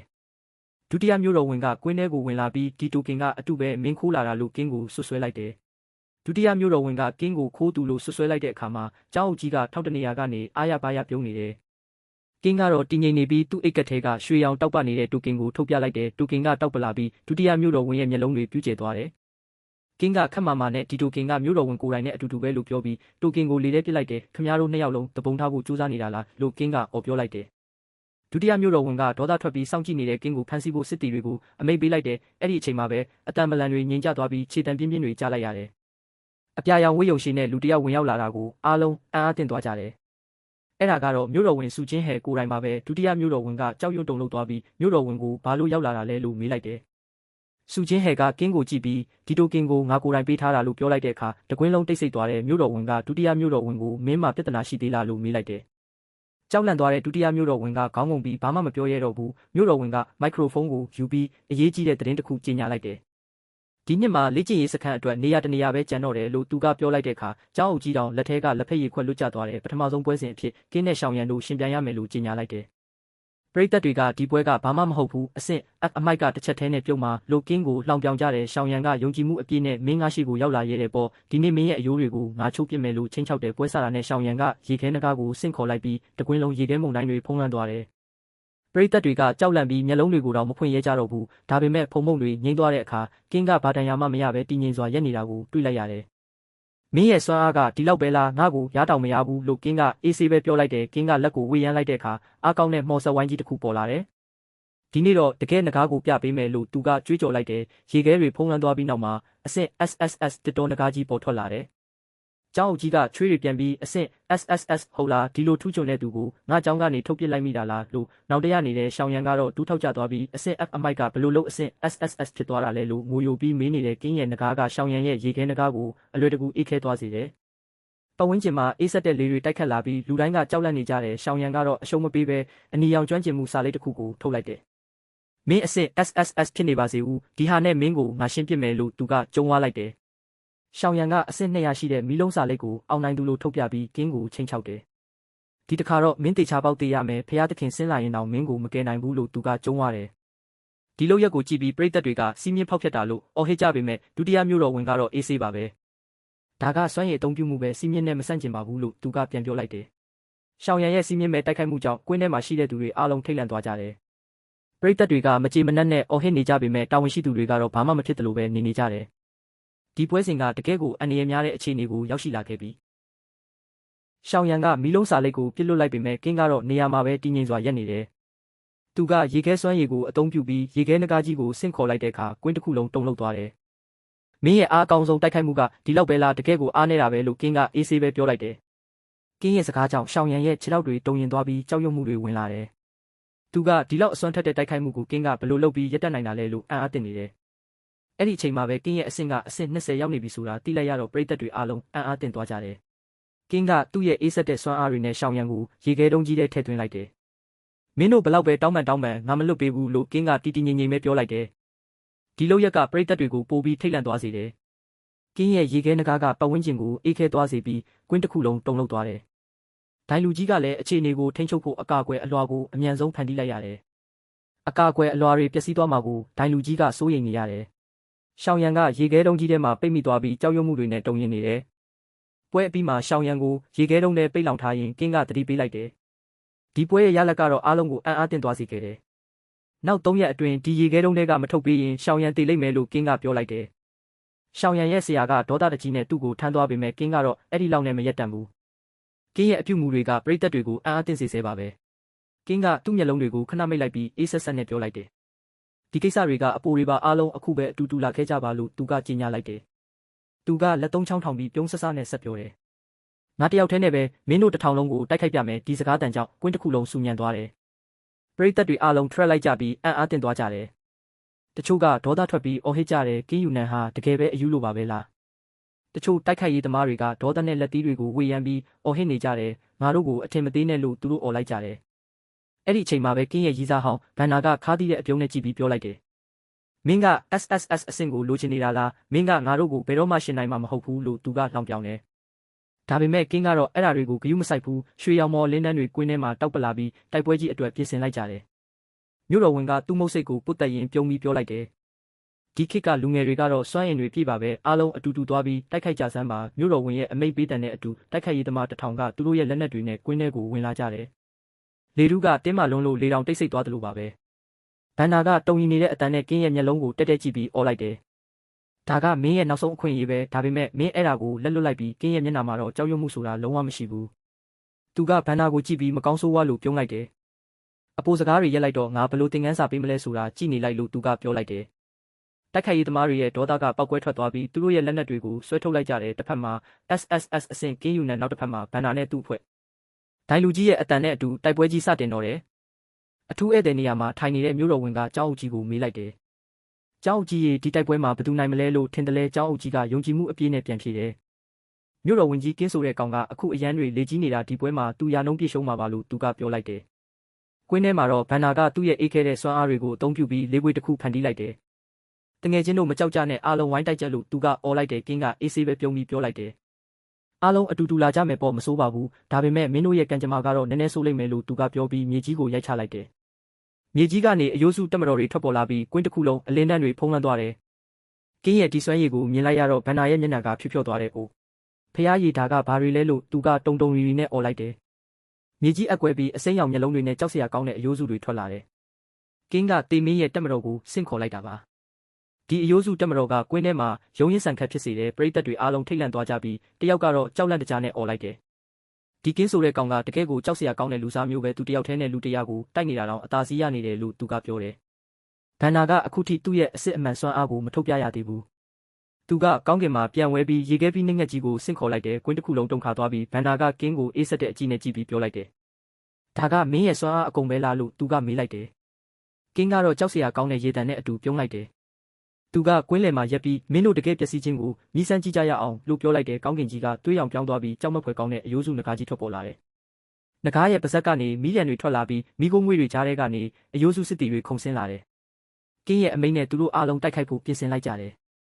အခုဆိုရင်ကင်းရဲ့ဘေးမှာရေခဲနဂါးအယိုးစုနဂါးနဲ့အယိုးစုစစ်တီတွေရက်တည်နေကြပြီးဘန်နာကအံ့အားသင့်ပြီးအော်လိုက်တယ်ဒါက SS အဆင့်ရှိတဲ့တေမင်းတက်မတော်ပဲမင်းဒီစွမ်းရည်ကိုဘယ်ကရတာလဲလို့သူကမေးလိုက်တယ်ကင်းကတော့အချိန်မဆိုင်တော့ပဲတိုက်ခိုက်ဖို့အမိန့်ပေးလိုက်တယ်နဂါးရဲ့အပြာရောင်မီးလျံတွေနဲ့အယိုးစုစစ်တီတွေရဲ့တိုက်ခိုက်မှုကြောင့်တိုက်ခိုက်ရေးသမားတွေအကုန်လုံးလွင့်စင်သွားကြတယ်တိုက်ပွဲပြီးဆုံးသွားတဲ့အခါကွင်းထဲမှာဘန်နာရဲ့စစ်တီတွေပဲကြာရှုံးပြီးလဲကျနေကြတယ်ကင်းယူနန်ကတော့ဘာမှမဖြစ်တယ်လို့ငြိမ်သက်စွာရက်နေတယ်သူကဒိုင်လူကြီးကိုကြည့်ပြီးဒိုင်လူကြီးအခုတော့ကျွန်တော်ရဲ့အောင်ပွဲကိုကြီးညာပေးလို့ရပြီလားလို့မေးလိုက်တယ်ဒီနေ့မှာတော့ကင်းကလူတွေကိုသူဘလောက်စွမ်းတယ်လဲဆိုတာကိုအပြည့်အဝပြသလိုက်နိုင်ခဲ့ပါပြီကြန့်ရှိနေတဲ့ပြိုင်ဘက်တစ်ထောင်လုံးကိုတပြိုင်နက်တည်းတိုက်ခိုက်ဖို့ကင်းကစိန်ခေါ်လိုက်တယ်မြို့တော်ဝင်ကလည်းဒီစိန်ခေါ်မှုကိုခွင့်ပြုလိုက်တဲ့အခါကွင်းထဲမှာရှိတဲ့သူတွေအားလုံးအံ့အားသင့်သွားကြတယ်ကင်းရဲ့ရဲရင်နဲ့စိန်ခေါ်မှုကြောင့်ကွင်းထဲမှာရှိတဲ့လူတွေအားလုံးကြောက်ရွံ့သွားကြတယ်ကင်းကိုရှုံးနိမ့်သွားစေခြင်းနဲ့ရှောင်ရန်ရဲ့စိတ်ကူးတွေကတော့ဘလို့မှမအောင်မြင်နိုင်ပါဘူးသူမရဲ့မျက်ရည်တွေကမြေကြီးပေါ်ကိုကျဆင်းနေပေမဲ့ဘသူကမှသူ့ကိုတနာမနေကြပါဘူးပရိသတ်တွေကတော့ဒေါသတကြီးနဲ့အော်ဟစ်နေကြပါတယ်ဒီလိုအရှက်မရှိတဲ့မိန်းကလေးကိုဘသူကမှစာနာမှာမဟုတ်ပါဘူးအရင်တုန်းကကင်းကိုအားနေတယ်ဆိုပြီးအနိုင်ကျင့်ခဲ့တဲ့သူကအခုကင်းအောင်မြင်လာတော့မှလာပြီးတောင်းပန်နေတာကိုပရိသတ်တွေကြားထဲမှာတော့ကင်းကိုအထင်ကြီးလေးစားတဲ့စကားသံတွေစူညံနေပါတယ်တယောက်ကနောက်တစ်ယောက်ကိုပြောလိုက်တယ်ဒီလောက်ဆိုရင်တော့ကျောင်းအုပ်ကြီးလည်းဘလောက်တောင်နောက်တရနေမလဲလို့ပြောလိုက်တယ်ကင်းကိုကျောင်းကနေထုတ်ပယ်ဖို့စူးစမ်းခဲ့တဲ့ကျောင်းအုပ်ကြီးရဲ့အခြေအနေကတော့ပြောမပြတတ်အောင်ပါပဲသူကတော့ထောက်တနေရာမှာမျက်ရည်တွေနဲ့နောင်တတရားတွေပူလောင်နေရှာပါတယ်မုန်တိုင်းတစ်ခုကိုရန်စမီမှန်တိသွားတဲ့အချိန်မှာတော့အရာအလုံးနောက်ကျသွားပါပြီအဲ့ဒီအချိန်မှာပဲမြို့တော်ဝင်ကအထူးဧည့်သည်နေရာကနေလက်ပြလိုက်ပါတယ်သူကရေမောပြီးဟာတကယ်ကိုကောင်းမွန်တဲ့ပွဲစဉ်ပါပဲလို့ပြောလိုက်ပါတယ်မြို့တော်တစ်ခုလုံးရဲ့အရှင်သခင်ကဒီလောက်တောင်စိတ်လှုပ်ရှားနေတာကိုမြင်လိုက်ရတော့လူတွေအားလုံးတိတ်ဆိတ်သွားကြပါတယ်မြို့တော်ဝင်ကကဘာကိုကြီးညာလိုက်ပါတယ်အခုတော့အချိန်တန်ပါပြီဒီနှစ်ရဲ့အကြီးမားဆုံးဆုလက်ကိုပေးအပ်ဖို့အချိန်ရောက်ပြီလို့သူကကြီးညာလိုက်ပါတယ်ဒီနှစ်အတွက်အထူးလေ့ကျင့်ရေးစခန်းကိုတွားရောက်ဖို့တဦးလေးသောနေရာအတွက်အနိုင်ရရှိသူကတော့ကင်းယူနာမည်ဖြစ်ပါတယ်လို့သူကကြီးညာလိုက်ပါတယ်ကွင်းတစ်ခုလုံးတိတ်ဆိတ်သွားပြီးကင်းရဲ့အောင်ပွဲကိုအားလုံးကအတိမတ်ပြုလိုက်ကြပါတယ်ကင်းယူနန်ကတော့တကယ်ဘရင်တပားလိုပဲခံရစွာရှောက်လန်းသွားပါတယ်မြို့တော်ဝင်စီကစုတစိတ်ကိုလက်ခံရယူလိုက်တဲ့အခါကံကြမ္မာဆိုတာဘလောက်မြန်မြန်ပြောင်းလဲနိုင်နေဆိုတာသူတက်တည်ပြလိုက်တာပါပဲမြို့တော်ဝင်စီကနေအထူးလေ့ကျင့်ရေးစခန်းကိုတွားဖို့လက်မှတ်ကိုရရှိပြီးတဲ့နောက်မှာတော့ကင်းယူနန်ကအချိန်မဆိုင်တော့ပါဘူးသူ့ရဲ့ခရီးစဉ်ကိုဆက်ဖို့အတွက်ချက်ချင်းပဲထွက်ခွာသွားပါတော့တယ်ရွှေရောင်နေရောင်ကြီးအောက်မှာတစ်ပင်တွေကိုဖျက်ကျော်ရင်းသူလျှောက်လန်းနေပါတယ်သူ့မျက်နှာမှာတော့ယုံကြည်မှုတွေနဲ့တည်ငြိမ်မှုတွေအပြည့်ပါပဲအခုတော့အထူးလေ့ကျင့်ရေးစခန်းစီကိုတွားဖို့အချိန်တန်ပြီလို့သူတွေးလိုက်ပါတယ်အဲ့ဒီစခန်းမှာဘေယူရဲ့အတော်ဆုံးပုံကိုယ်တွေနဲ့ပါရမီရှင်တွေစုဝေးနေကြတယ်ဆိုတာသူကြားထားပါတယ်ကင်းရဲ့မျက်နှာမှာအပြုံးလေးတစ်ခုပေါ်လာပါတယ်သူကိုပြောလိုက်တယ်အမှန်တိုင်းပြောရရင်ငါအဲ့ဒီကိုတကယ်သွားချင်နေတာလို့သူဆိုပါတယ်အဲ့ဒီကအတော်ဆုံးလူတွေနဲ့ရင်ဆိုင်တိုက်ခိုက်ရမှာကိုငါအရန်စိတ်လှုပ်ရှားနေတယ်အခုမှပဲတကယ်အပျော်တွေစတင်တော့မှလို့သူပြောလိုက်ပါတယ်ဒါပေမဲ့ဇလန်းကတော့ဒီနေရာမှာရုတ်တရက်ပြောင်းလဲသွားပါတယ်မြို့ထဲကခန်းထားတဲ့ဆေးရုံခန်းတစ်ခုရဲ့တကားကဖြင်းချင်းစွာပွင့်လာပါတယ်အခန်းထဲမှာတော့အေးဆက်ဆက်နဲ့ကြောက်စရာကောင်းတဲ့လေထုကလွှမ်းမိုးနေပါတယ်ကင်းရဲ့လက်ချက်ကြောင့်ဒဏ်ရာတွေရထားတဲ့ချန်တာလီကတော့နာကျင်မှုနဲ့ကြောက်ရွံ့မှုတွေကြောင့်တုံ့ပြန်နေပါတယ်သူ့အခြေအနေကအသက်ရှူဖို့တောင်ခက်ခဲနေတဲ့အထိဆိုးရွားနေပါတယ်သူကကရင်ပေါ်မှာလှဲလျောင်းရင်းငိုကြွေးနေပါတယ်နာကျင်မှုတွေကြားထဲကနေသူကသူ့ဖေကိုအကူအညီတောင်းလိုက်ပါတယ်အဖေသားကိုကယ်ပါအဲ့ဒီကင်းကိုတက်ပေးပါလို့သူအော်လိုက်ပါတယ်ချန်နာလီရဲ့တကိုယ်လုံးအေးဆက်သွားပြီးတုံရင်တဲ့အတန်နဲ့ပြောလိုက်ပါတယ်အဖေသားအရန်အေးနေတယ်အဲ့ဒီကင်းဆိုတဲ့ကောင်ကိုလက်စားချေပေးပါသူ့ကိုအသက်ရှင်လျက်မထားပါနဲ့လို့သူတောင်းဆိုပါတယ်ဆေးရုံခန်းထဲကလေထုကတော့အလွန်ကိုတင်းမာနေပါတယ်တားဖြစ်သူရဲ့အခြေအနေကိုမြင်လိုက်ရတဲ့ချန်နာလီရဲ့အဖေကတော့ဒေါသတွေပေါက်ကွဲထွက်သွားပါတယ်သူကဒေါသတကြီးနဲ့အော်ဟစ်လိုက်ပါတယ်အဲ့ဒီကောင်ကသူ့ကိုအသက်ရှင်လျက်မထားဘူးလို့ပြောပြီးစပွဲပေါ်ကလက်ဖက်ရည်ခွက်ကိုပြစ်ပေါက်လိုက်ပါတယ်လက်ဖက်ရည်ခွက်ကအပိုင်းပိုင်းကွဲကြေသွားပါတယ်သူကကွဲသွားတဲ့ခွက်စားတွေကိုကြည့်ပြီးအော်ဟစ်လိုက်ပါတယ်ဒီကင်းဆိုတဲ့ကောင်ကငါတို့ချန်မီသားစုကိုတောင်ထီရဲတဲ့အထိတတိရှိနေတာလားလို့သူမေးလိုက်ပါတယ်သူ့မျက်လုံးတွေကတော့မုန်းတီးမှုတွေကြောင့်หนีရဲနေပါတယ်သူကသွားတွေကိုကြိတ်ပြီးကျိန်ဆိုလိုက်ပါတယ်ငါကိုယ်တိုင်ပဲအဲ့ဒီကင်းကိုအဆုံးစီရင်ပေးမဲ့သူကိုရှာပေးမယ်လို့ပြောလိုက်ပါတယ်အဲ့ဒီအချိန်မှာပဲပြတင်းပေါက်နားမှာပန်ကာကိုကင်ပြီးရက်နေတဲ့လူငယ်တယောက်ကပြုံးလိုက်ပါတယ်သူကအကိုကြီးဒီလောက်တောင်ဒေါသထွက်မနေပါနဲ့လို့ပြောလိုက်ပါတယ်သူကပန်ကာကိုခောက်လိုက်ပြီးချန်တာလီရဲ့အဖေကိုကြည့်ပြီးပြုံးပြလိုက်ပါတယ်ဒီလိုကိစ္စမျိုးကိုလူငယ်တွေအချင်းချင်းပဲဖြေရှင်းပါစေကျွန်တော်တို့ကြားထဲကနေဝင်ပါဖို့လိုလို့လားလို့သူမေးလိုက်ပါတယ် အဲ့ဒီစကားကိုကြားလိုက်ရတဲ့အခါချန်တာလီရဲ့အဖေဒေါသတွေရော့ကျသွားပါတယ်။သူ့မျက်နှာမှာတော့စိတ်သက်သာရာရသွားတဲ့အရေးအယောင်တွေပေါ်လာပါတယ်။သူကစိတ်လှုပ်ရှားစွာနဲ့ပြောလိုက်ပါတယ်။မင်းဒီကိစ္စကိုဝင်ပါပေးမယ်ဆိုရင်တော့ငါစိတ်ချရပြီးမင်းကဘေယူရဲ့နံပါတ်1ပါရမီရှင်ပဲလေလို့သူပြောလိုက်ပါတယ်။ SSS အဆင့်ရှိတဲ့မင်းကိုကင်းယူနန်ဘလို့မှမနိုင်ပါဘူးလို့သူယုံကြည်ချက်အပြည့်နဲ့ပြောလိုက်ပါတယ်။ကတင်ပေါ်မှာလှဲနေတဲ့ချန်တာလီကတော့ချောင်းဆိုးလိုက်ပါတယ်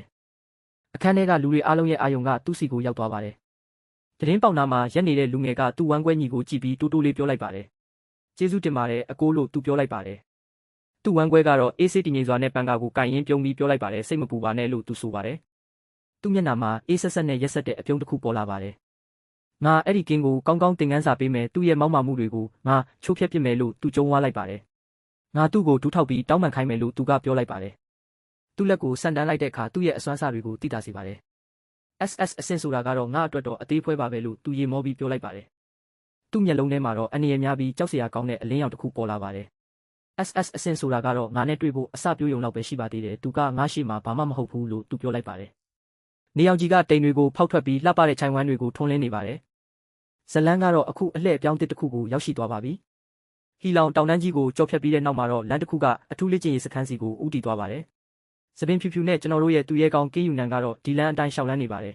။ဒီနားမှာဟီလောင်တန်းချက်ရှိတယ်လို့ကြားတယ်လို့သူကိုပြောလိုက်ပါတယ်။သူ့ရဲ့အပြာရောင်မျက်လုံးတွေထဲမှာတော့ထူးခြားတဲ့စိတ်ဓာတ်တွေနဲ့တောက်ပမှုတွေရှိနေပါတယ်။သူကရှေ့ကိုဆက်လျှောက်သွားပြီးအဆင့်တက်ဖို့အတွက်ဒါကအကောင်းဆုံးနေရာပဲလို့တွေးလိုက်ပါတယ်။ကင်းရှေ့ကိုဆက်လျှောက်သွားနေတော့မှပဲနောက်ကနေမိန်းကလေးတစ်ယောက်ရဲ့အတန်ထွက်ပေါ်လာပါတယ်။အဲ့ဒီအတန်ကပဲ့တင်ထက်သွားပါတယ်။တစ်ပင်နောက်ကနေသူ့ကိုခိုးကြည့်နေတဲ့မိန်းကလေးကတော့အံ့အားသင့်သွားပါတယ်။ဒီမျက်နှာဒီကြောပြင်ကင်းနဲ့တူလိုက်တာလို့သူမရေရွတ်လိုက်ပါတယ်။သူမရဲ့နှလုံးသားကအယမ်းမြန်ခုန်နေပါတယ်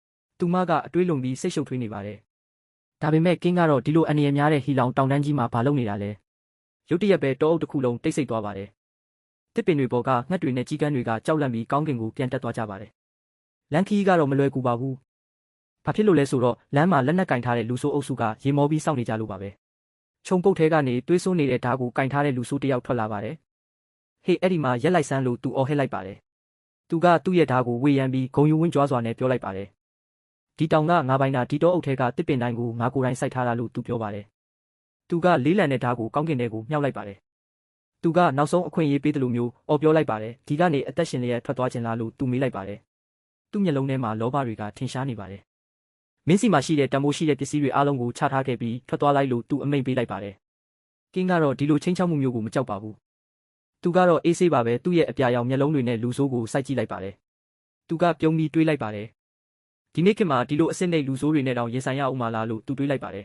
။တစ်ဖက်ကနေနောက်ထပ်လူဆိုးတစ်ယောက်ကသူ့ရဲ့ဓာတ်ကိုအဝတ်နဲ့တုပ်ရင်းအေးဆက်ဆက်ပြောလိုက်ပါတယ်။ဟေးကောင်လေးမင်းရဲ့ကံကြမ္မာကဒီနေ့တော့အဆုံးသတ်ပြီလို့သူပြောလိုက်ပါတယ်။သူကသူ့ဓာတ်ရဲ့ထက်မြက်မှုကိုနောက်ဆုံးတစ်ချိန်စစ်ဆေးလိုက်ပါတယ်။မင်းစီမှာရှိတာတွေအားလုံးကိုအခုချက်ချင်းပေးလိုက်မဟုတ်ရင်တော့မင်းအတွက်အကျိုးဆက်တွေကဆိုးရွားလိမ့်မယ်လို့သူချင်းချောက်လိုက်ပါတယ်။လူဆိုးရဲ့ချင်းချောက်မှုကိုကြားတဲ့အခါကင်းကတော့ကြောက်ရွံ့ခြင်းမရှိဘဲငြိမ်သက်စွာရပ်နေပါတယ်။သူကအေးဆေးတဲ့ပုံစံနဲ့လက်ကိုပိုက်ပြီးမေးလိုက်ပါတယ်။ငါညင်းလိုက်ရင်ကောဘာဖြစ်မလဲလို့သူမေးလိုက်ပါတယ်။သူ့ရဲ့ကြောက်ရွံ့မှုမရှိတဲ့ပုံစံကိုမြင်လိုက်ရတဲ့အခါလူဆိုးကဒေါသထွက်သွားပါတယ်။သူ့မျက်နှာမှာဒေါသတွေထင်ရှားလာပြီးအံ့အားသင့်သွားပါတယ်။မင်းညင်းလိုက်မယ်ဟုတ်လားလို့သူအော်ဟစ်လိုက်ပါတယ်။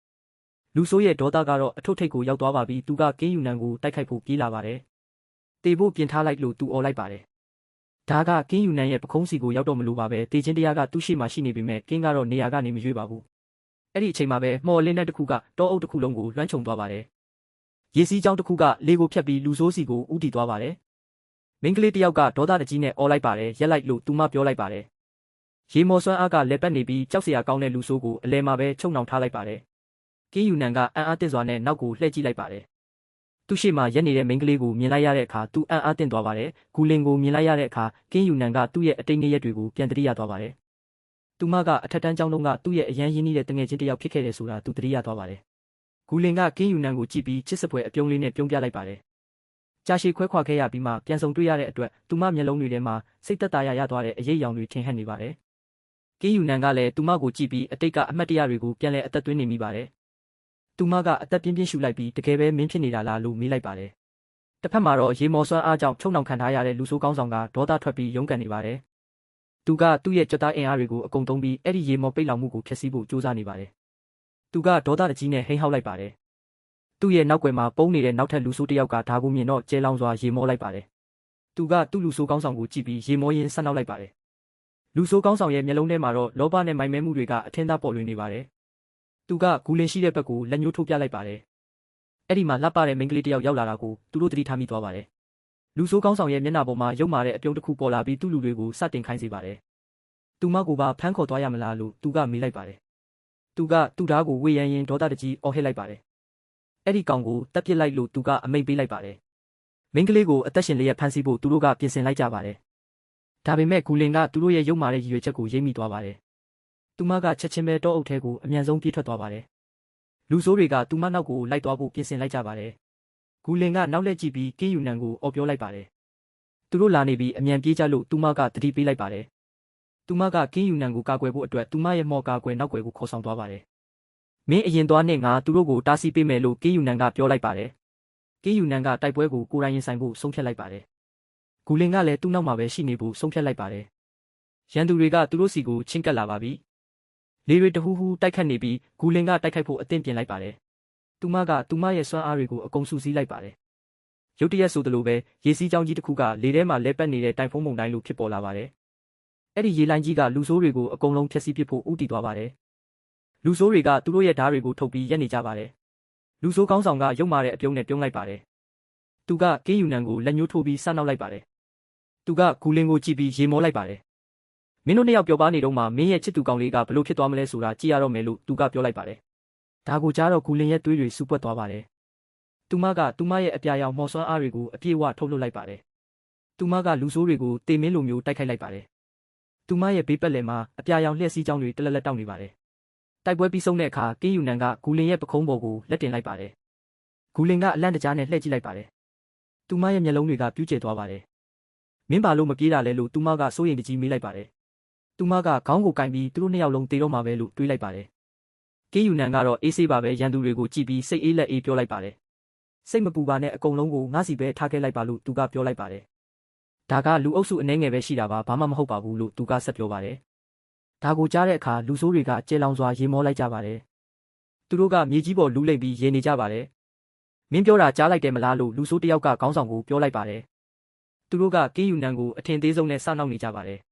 တောအုပ်တစ်ခုလုံးကသူတို့ရဲ့ရုပ်မာတဲ့ရေတံတွေနဲ့ပဲ့တင်ထက်နေပါတယ်လူဆိုးကောင်းဆောင်ကသူ့ဓာတ်ကိုထုတ်လိုက်ပါတယ်သူကဓာတ်ကိုဝေယမ်းပြီးအကုန်လုံးတက်ပစ်လိုက်လို့အမိန့်ပေးလိုက်ပါတယ်လူဆိုးတယောက်ကဓာတ်ကိုထုတ်ပြီးကင်းယူနန်ရဲ့မျက်နှာနာကိုကတ်လိုက်ပါတယ်မင်းကအယမ်းမောက်မှလွန်းတဲ့နောက်ဘဝကြမှာတတိထားတော့လို့သူကပြောလိုက်ပါတယ်ကင်းယူနန်ကမျက်လုံးကိုမှိတ်လိုက်ပြီးအေးဆေးစွာပဲရက်နေပါတယ်ဒါကတာမန်လူတွေပါပဲလို့သူကသူ့ကိုယ်သူပြောလိုက်ပါတယ်ပြီးတော့သူကမြေကြီးကိုခြေထောက်နဲ့နင်းလိုက်ပါတယ်ရုတ်တရက်ပဲထက်မြက်တဲ့ရေခဲတုံးတွေကမြေကြီးထဲကနေပေါ်ထွက်လာပါတယ်အဲ့ဒီရေခဲမော်ဆွမ်းအားကလူဆိုးတွေရဲ့ရင်ဘတ်ကိုဖောက်ထွက်သွားပါတယ်ခဏလေးတွင်းမှာပဲလူဆိုးတွေအကုန်လုံးလဲကျသွားပါတယ်ဒီမြင်ကွင်းကိုမြင်လိုက်ရတဲ့လူဆိုးကောင်းဆောင်ကတော့ထိတ်လန့်သွားပါတယ်သူ့မျက်လုံးတွေကပြူးကျဲသွားပြီးချွေးတွေပြန်လာပါတယ်ဒီကောင်က SSS အဆင့်ပဲတာမန်လူမဟုတ်ဘူးလို့သူကတွေးလိုက်ပါတယ်လူဆိုးကောင်းဆောင်ရဲ့မောက်မာမှုတွေပျောက်ကွယ်သွားပါတယ်သူကဒူးထောက်ပြီးသခင်ကျွန်တော်တို့ကိုတနာပေးပါလို့တောင်းပန်လိုက်ပါတယ်ဂူလင်ကတော့ဒါကိုမြင်ပြီးအံ့အားသင့်နေပါတယ်ကင်းယူနန်ကတကယ်ပဲဒီလောက်အစွမ်းထက်တာလားလို့သူမကတွေးလိုက်ပါတယ်ကင်းယူနန်ကလူဆိုးကောင်းဆောင်ကိုအေးဆက်တဲ့အတန်နဲ့ကြည့်လိုက်ပါတယ်တပြဆိုတာဒါပြပါပဲလို့သူကပြောလိုက်ပါတယ်သူကအနှဲငယ်ပြုံးလိုက်ပြီးနောက်ဘဝကြရင်တော့ကောင်းတာလေးလုပ်ဖို့ကြိုးစားကြည့်ဦးလို့ပြောလိုက်ပါတယ်သူကလက်ကိုတောက်လိုက်ပါတယ်ရုတ်တရက်ပဲကောင်းကင်ကြီးမှောက်မိုက်သွားပါတယ်တိမ်တွေစုယုံလာပြီးလေထဲမှာရေခဲလံတွေအများကြီးပေါ်လာပါတယ်အဲ့ဒီရေခဲလံတွေကလျှက်စီးလိုမြန်ဆန်စွာနဲ့လူဆိုးတွေစီကိုကြားရောက်သွားပါတယ်ကြောက်စရာကောင်းတဲ့ပောက်ကွဲတန်ကြီးနဲ့အတူတနေရာလုံးနှင်းတွေနဲ့ဖုံးလွှမ်းသွားပါတယ်လူဆိုးတွေအကုန်လုံးအဆုံးသက်သွားတာကိုမြင်တော့ဂူလင်ကဝမ်းသာသွားပါတယ်သူမကလက်အုပ်ချပြီးကင်းမင်းတကယ်ပဲအံ့ဩဖို့ကောင်းတယ်လို့ပြောလိုက်ပါတယ်သူမကမျက်လုံးတွေကိုပြူးကျဲပြီးတခင်ကျမကိုလည်းခေါ်သွားပါလို့တောင်းဆိုလိုက်ပါတယ်ကင်းယူနန်ကအနှဲငယ်ပြုံးပြလိုက်ပါတယ်အင်းလိုက်ခဲ့ပါငါဟေလုံဒန်းချမ်းကိုသွားပြီးအစင်တက်မလို့သူကပြောလိုက်ပါတယ်ဂူလင်ကဝမ်းသာအားရနဲ့သူနဲ့အတူလိုက်ပါသွားပါတယ်သူတို့နှစ်ယောက်ဒန်းချမ်းရဲ့မှောက်မိုက်တဲ့ကဘာတဲကိုခြေချလိုက်ပါတယ်အဲ့ဒီမှာရှိနေတဲ့လူတွေကသူတို့ကိုကြည့်ပြီးလှောင်ပြောင်နေကြပါတယ်တန်ချက်ကဝတ်ထားတဲ့စစ်တီကြီးတယောက်ကကင်းယူနန်ကိုလာတားပါတယ်ဒီနေရာကအနေရများတဲ့အလွယ်ဆုံးအဆင့်ကိုပဲရွေးပါလို့သူကအကြံပေးပါတယ်ကင်းယူနန်ကဘာမှပြန်မပြောဘဲစနစ်မျက်နှာပြင်ကိုဖွင့်လိုက်ပါတယ်သူကအဆိုးရွားဆုံးအခက်အခဲကိုရွေးချယ်လိုက်ပါတယ်သူတို့နှစ်ယောက်တောက်ပတဲ့အလင်းတန်းထဲကိုဝင်ရောက်သွားပါတယ်အပြင်မှာကြံခဲ့တဲ့စစ်တီကြီးကအံ့အားသင့်ပြီးကြောင်ကြည့်နေပါတယ်ဒီလောက်ငယ်ရွယ်တဲ့သူကအဆိုးရွားဆုံးအဆင့်ကိုစိန်ခေါ်ရဲတဲ့ပေါ့လို့သူကညီးတွားလိုက်ပါတယ်ဒန်းချမ်းနဲ့ရောက်တာနဲ့ပတ်ဝန်းကျင်ကထိတ်လန့်စရာကောင်းတဲ့အငွေ့သက်တွေနဲ့ပြည့်နှက်နေပါတယ် ဂူလင်ကကြောက်လန့်ပြီးသူမရဲ့စာအုပ်ကိုထုတ်လိုက်ပါတယ်။ဒါကဟေလုံဒန်းချမ်းရဲ့လမ်းညွှန်စာအုပ်ပါလို့သူမကပြောပါတယ်။ကင်းယူနန်ကစိတ်အေးလက်အေးနဲ့ပြုံးလိုက်ပါတယ်။အဲ့ဒါတွေမလိုပါဘူးဒီဒန်းချမ်းကိုငါတို့ဖျက်ဆီးပစ်ကြမယ်လို့သူကပြောပါတယ်။စနစ်မျက်နှာပြင်ပေါ်မှာအချက်လက်တွေတက်လာပါတယ်။သူစုဆောင်းထားတဲ့ကျွမ်းကျင်မှုအမှတ်9တန်းနီးပါးကိုတုံးပြီးအဆင့်မြင့်လိုက်ပါတယ်။မီးလုံးမော်ကအဆင့်999အထိရောက်သွားပါတယ်။ဒါဟာအမြင့်ဆုံးအဆင့်ဖြစ်ပြီးအရေးသွေးပိုင်းဆိုင်ရာမှာလည်းပြောင်းလဲမှုတွေရှိလာပါတယ်။ကင်းယူနန်ကငြိမ်သက်စွာရက်နေပြီးပြုံးလိုက်ပါတယ်။အဆင့်1000ရောက်ရင်ဘလောက်တောင်အစွမ်းထက်လာမလဲလို့သူကတွေးလိုက်ပါတယ်။သူကမန်ဒန်ကိုရွတ်ဆိုလိုက်တဲ့အခါကောင်းကင်ကြီးကမှောက်မိုက်သွားပါတယ်။အဲ့ဒီနောက်မှာတော့ကြီးမားတဲ့မီးလုံးကြီးတစ်ခုကကောင်းကင်မှာပေါ်ထွက်လာပါတယ်။ကင်းယူနန်ကမီးလုံးကြီးကိုပစ်လွတ်လိုက်တဲ့အခါနေမင်းကြီးကျလာတယ်လို့ပဲအရာအလုံးပျက်စီးသွားပါတယ်။ဂူလင်ကတော့ဒီစွမ်းအားကိုမြင်ပြီးကြောက်လန့်တကြားအော်ဟစ်နေပါတယ်။ကင်းယူနန်ကသူ့လက်ကိုဆန့်ထုတ်လိုက်တဲ့အခါမီးလုံးကြီးကမြေပြင်ပေါ်ကိုကျရောက်သွားပါတယ်။အဲ့ဒီနောက်မှာတော့အတန်ပုံးပောက်ကွဲတယ်လို့ပြင်းထန်တဲ့ပောက်ကွဲမှုကြီးဖြစ်ပေါ်လာပါတယ်။ဒန်းချမ်းတွေကနတ်ဆိုးတွေအားလုံးပြအဖြစ်ပြောင်းလဲသွားပြီးဒန်းချမ်းတစ်ခုလုံးလည်းပျက်စီးသွားပါတယ်။စနစ်မျက်နှာပြင်မှာအချက်လက်တွေတက်လာပြီးကင်းယူနန်ရဲ့အဆင့်က29အထိတက်သွားပါတယ်။ချက်ချင်းဆိုသလိုပဲခရမ်းရောင်မော်ဆက်ဝိုင်းတစ်ခုပေါ်လာပြီးသူတို့ကိုတောအုပ်ထဲကိုပို့ဆောင်ပေးလိုက်ပါတယ်။ဂူလင်ကတော့ဘာဖြစ်သွားမှန်းမသိပဲအံ့အားသင့်နေပါတယ်။အပြင်မှာစောင့်နေတဲ့နိုက်ကပ်ပတိန်ကသူတို့ကိုမြင်တော့အံ့အားသင့်သွားပါတယ်။သူကမောက်မာတဲ့လေတံနဲ့ဘလို့လို့ဒီလောက်မြင်မြန်ထွက်လာနိုင်တာလဲအတွင်းထဲမှာဘာတွေဖြစ်ခဲ့တာလဲလို့မေးလိုက်ပါတယ်။သူစကားမဆုံးခင်မှာပဲဒန်းချမ်းထဲကနေပြင်းထန်တဲ့ပောက်ကွဲတံကြီးထွက်ပေါ်လာပါတယ်။ကြောက်တကားကြီးကအပိုင်းပိုင်းကွဲထွက်သွားပြီးဒန်းချမ်းတစ်ခုလုံးပျက်စီးသွားတာကိုလူတိုင်းမြင်လိုက်ရပါတယ်။ကင်းယူနန်ကတော့ဘာမှမဖြစ်တယ်လို့ပဲရှေ့ကိုဆက်လျှောက်သွားပါတယ်။သူ့ရဲ့တတိယအကြိမ်အလုတ်ကင်ပြောင်းလဲဖို့အတွက်နောက်ထပ်နှစ်ဆိုးအနေငယ်ပဲတက်ဖို့လိုပါတော့တယ်။သူတို့တွေဘေယူအထူးလေ့ကျင့်ရေးစခန်းကိုရောက်ရှိလာကြပါတယ်။လေ့ကျင့်ရေးစခန်းမှာရှိတဲ့ကင်းဆောင်တွေကဒီနှစ်မှာထူးချွန်တဲ့ SSS အဆင့်ရှိသူ2ယောက်ရောက်လာကြောင်းပြောဆိုနေကြပါတယ်။သူတို့ကရှောင်းရန်ရန်နဲ့ချန်နာလီတို့ဖြစ်ကြောင်းပြောပြကြပါတယ်။ဒီနှစ်ကတော့ပြိုင်ဆိုင်မှုပြင်းထန်မဲ့နှစ်ဖြစ်ကြောင်းသူတို့ခန့်မှန်းနေကြပါတယ်။အဲ့ဒီအချိန်မှာပဲကင်းယူနန်ကသူတို့အနားကနေဖျက်လျှောက်သွားပါတယ်။အဲ့ဒီ SSS အဆင့်ရှိသူတွေအကြောင်းကြားလိုက်ရတော့သူကစိတ်ဝင်စားနဲ့ပြုံးလိုက်ပါတယ်။အဲ့ဒီအချိန်မှာပဲအကြီးတန်းကျောင်းသားတစ်ယောက်ကကင်းယူနန်စီလာပြီးကာကွယ်ကြေးပေးဖို့တောင်းဆိုပါတယ်။သူကကင်းယူနန်ကို F အဆင့်အမိုက်လို့ခေါ်ပြီးလှောင်ပြောင်းပါတယ်။ကင်းယူနန်ကအေးဆေးပဲတုံ့ပြန်လိုက်ပါတယ်။ဒီနေရာကနေထွက်သွားလိုက်စမ်းလို့သူကပြောလိုက်ပါတယ်။အကြီးတန်းကျောင်းသားကဒေါသထွက်ပြီးသူ့အကိုအကြောင်းနဲ့ချိန်ချောက်ပါတယ်။ကင်းယူနန်ကတော့ဂယုမဆိုင်ပဲမင်းသားမကြဘူးလားထွက်သွားလို့ပြောနေတယ်လေလို့ထပ်ပြောလိုက်ပါတယ်။အနားကလူတွေကတော့ဒီကောင်လေးယူနေပြီလို့ထင်ပြီးကြောက်ရွံ့နေကြပါတယ်